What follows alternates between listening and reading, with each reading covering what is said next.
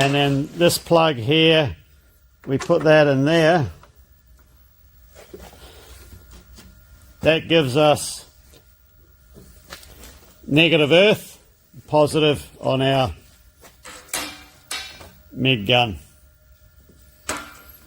So if we were welding with flux core, this one here is for our earth clamp. So we've got to reverse the polarity. So this center one would go into the negative, and our earth clamp, earth lead, goes there onto the positive. So that gives us positive earth, and our welding torches are negative. But we don't want that for solid metal wire.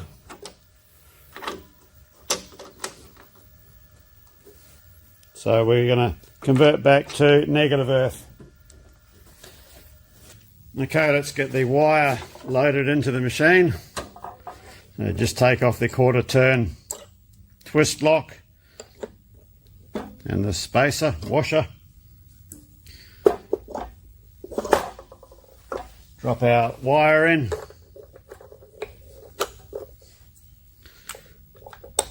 Quarter of a turn, the retainer goes back on. So what this assembly does, it puts a slight drag on the spool just to stop the wire coming loose and unraveling. So what we need to do is make sure we got the correct roller in. This is a 0.8 and 1 millimeter. That's a U groove roller. This one's a V groove roller. So we're using 0.8 wire, so we use I'll put the 0.8 V groove roller in. Well, I'll put it in a sec. Let's just get this wire pulled through. Straighten the end out a little bit.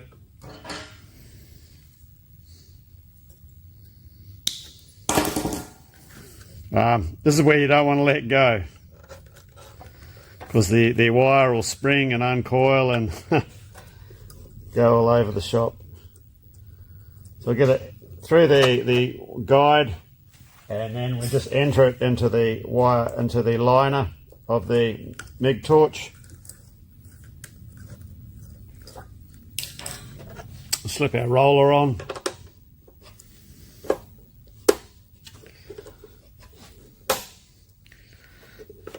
And close the tensioner. So this has a spring under it, so it puts spring pressure down to drive the wire. Now we'll power the machine up. Now this little red button is an inching button, and what that's for is so you can switch on the wire feed mechanism and run the wire through the liner, which it runs through inside the torch cable here, and it will come out the end. Using the inching button means you're not running gas. And what I always tend to do is unscrew the tip, the nozzle, so there's no restriction for the wire to come through. When you're inching the wire through, if it stops in your liner or where it's coming through on the end, what can happen, your roller can cut in a couple of flats and gouges on the wire, and when they go through your liner and try and come out your tip, you're going to get a bit of a jerky reaction. You're not going to get a smooth feeding wire until the burrs that were created back there have passed through the tip. So we're all set to go there. Let's power the machine on. Now it pays to hold the lead, the cable, as straight as possible when you're inching a wire through.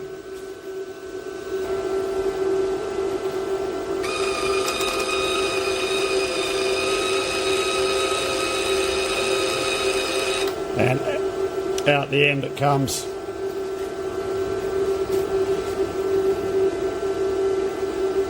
So we can screw our tip in.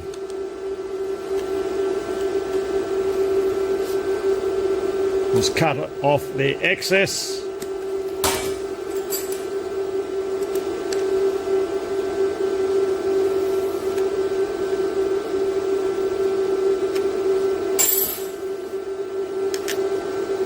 fit the nozzle, the shielding nozzle. Before we forget, there's this retainer. Hang on.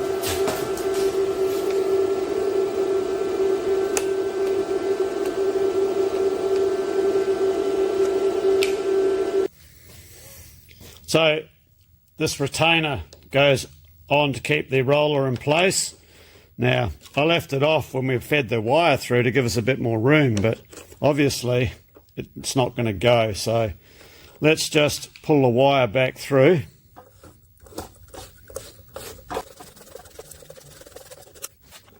Drop the cover back on.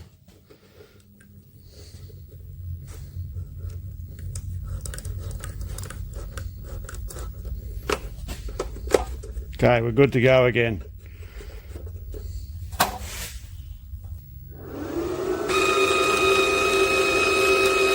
So that's the gas port in. I've just got the line off my other welder at the moment. It just was easier to swap over as this machine does not come with a gas regulator. So we're just sort of hooked up to the regulator on my other welder. Running Argo Shield Light.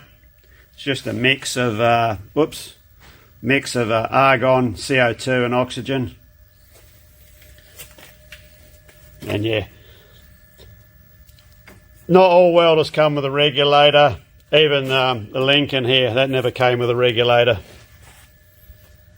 Right, so the voltages on this machine in MIG, minimum is 50, max is 145. So realistically, 0.8 wire, 30 thou wire, 2.5 is really, or 2.5 millimeter steel is really the limitations. Start going to 3 mil, you're going to be a bit light on the voltage, on the amperage there. It's doable depending on how you prep the material. So we'll start off light. We've got to have a piece of 1.5. So we'll try that out on 80 amps. Yeah, like I said, the voltage is what it is. We cannot alter the voltage. It's preset automatically, but the amperage we can.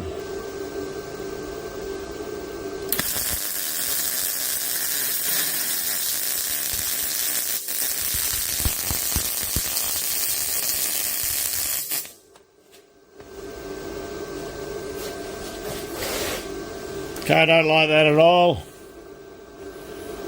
Come up to 85.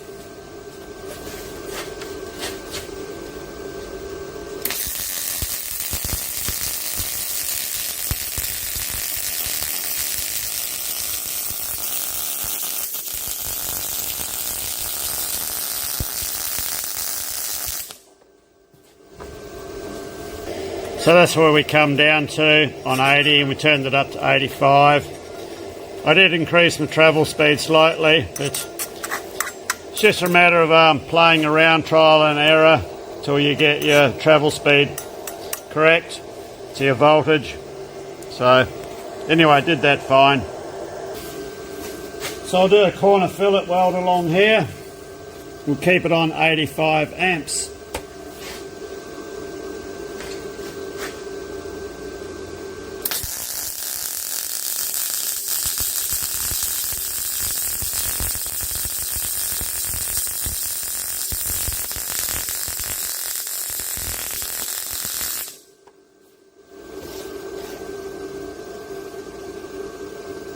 It sounded like it was struggling,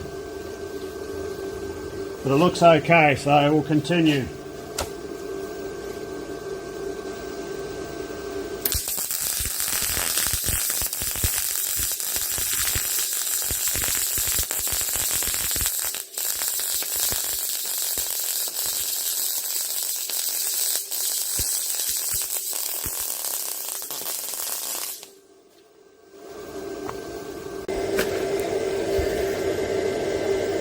No, that went fine. Just a straight stringer run on 85 amps. Bear in mind too, yeah, we're only a 1.5 mil as I've said. So 3mm is pretty well the maximum you want to go for the 0.8 wire anyway. So once we'd turned it up, 145 was down that end, 140, and I think we're 130 down there. So you can see it has got in to the 3mm just. So that's its maximum capacity. Right, we'll see how it goes in vertical down. Still on 145 amps maxed out.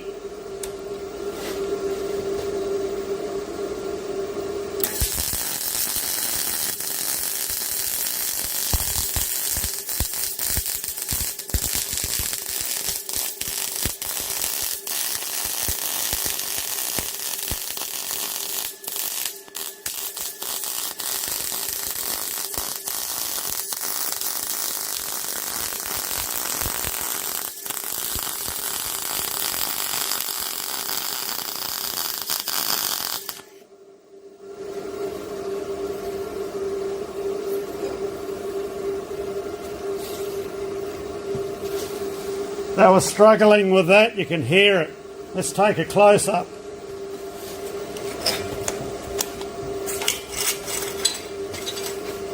So yeah, it was a corner joint vertical down.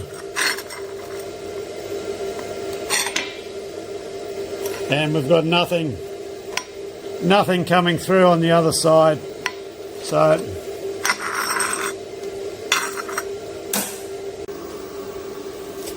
well, I think now all we can do to finish this up is see how long we'll do a fairly long continuous whirl backwards and forwards on maximum power, and we should get 6 minutes out of it. So we'll see how it goes. I'll set the timer.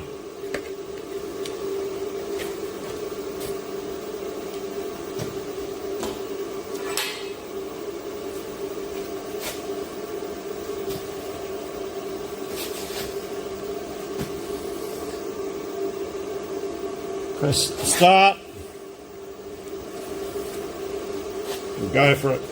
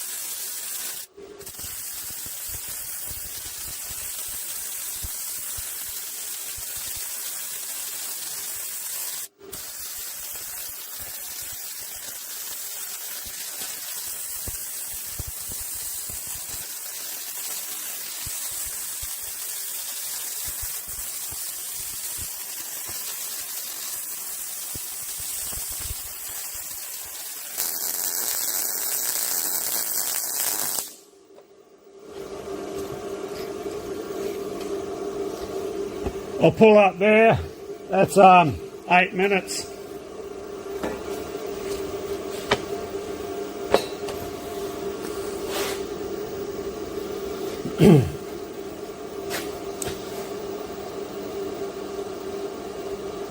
Well, we're well over our 6 minutes as advertised, so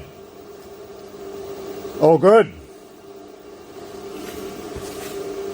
Well, I think we'll conclude our testing here. As you've seen by the stopwatch, on flat out, it does go longer than 6 minutes. So just briefly with the 2T and 4T function, I'll just demonstrate it this way. So we're on 2T. So when I have to squeeze the trigger to get the wire.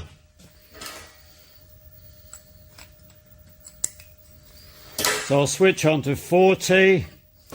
So what should happen now, I give the trigger a flick and the wire should come out continuously until I flick the trigger again, which it does. Flick the trigger again to stop it.